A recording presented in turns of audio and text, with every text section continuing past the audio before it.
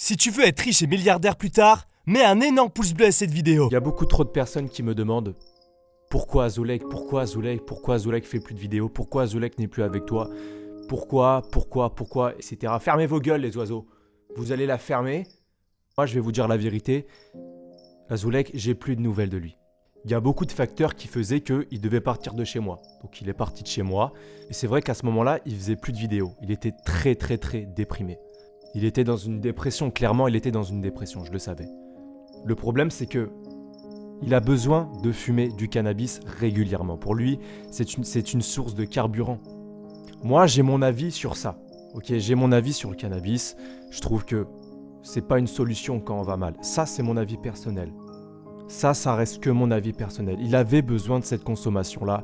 Il avait besoin de ça pour tenir la route. Mais il y a un truc qui a cogité dans ma tête. Il y a un truc que j'ai compris, c'est que dans ma tête, je lui disais arrête, tu devrais arrêter.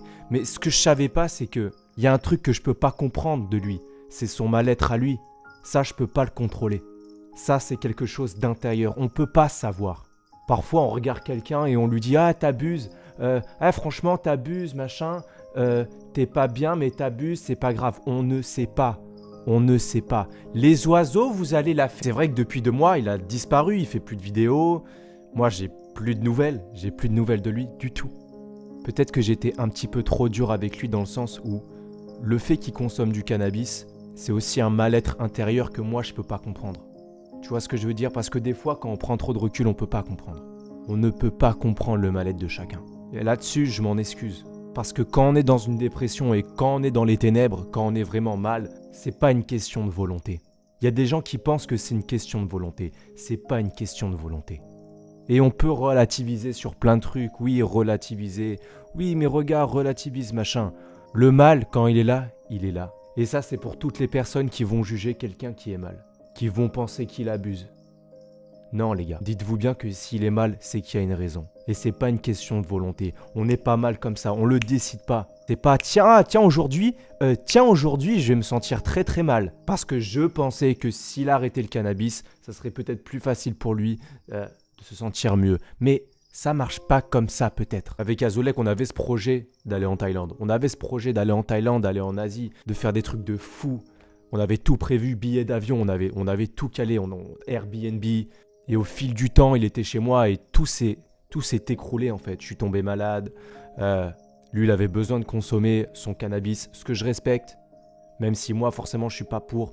Je comprends le mal-être, tu vois. Je comprends le mal-être. Quand vous voyez quelqu'un de mal, quand quelqu'un vous explique qu'il est mal pour plein de raisons différentes, peu importe, écoutez-le. Et dites-vous une seule chose, c'est pas une question de volonté du tout. Et c'est pas de l'abus et c'est pas un manque de machin, non. Tu sais, des fois, Azulek est quelqu'un qui s'est beaucoup isolé pendant des années. Il s'est isolé pendant des années dans ses voyages, etc. Même s'il voyait des gens de temps en temps, etc. Mais il s'est beaucoup isolé et moi, il y a un truc que je regrette pas, c'est que quand je suis allé au Canada avec lui et tout ce qu'on a vécu, toutes les galères, tous ces souvenirs, je regrette pas. J'étais bien à ces moments-là, parce que c'était la vraie vie. C'était la vraie vie. Ça paraît tout simple comme ça. Ça paraît tout simple un petit moment, mais c'était la vraie vie.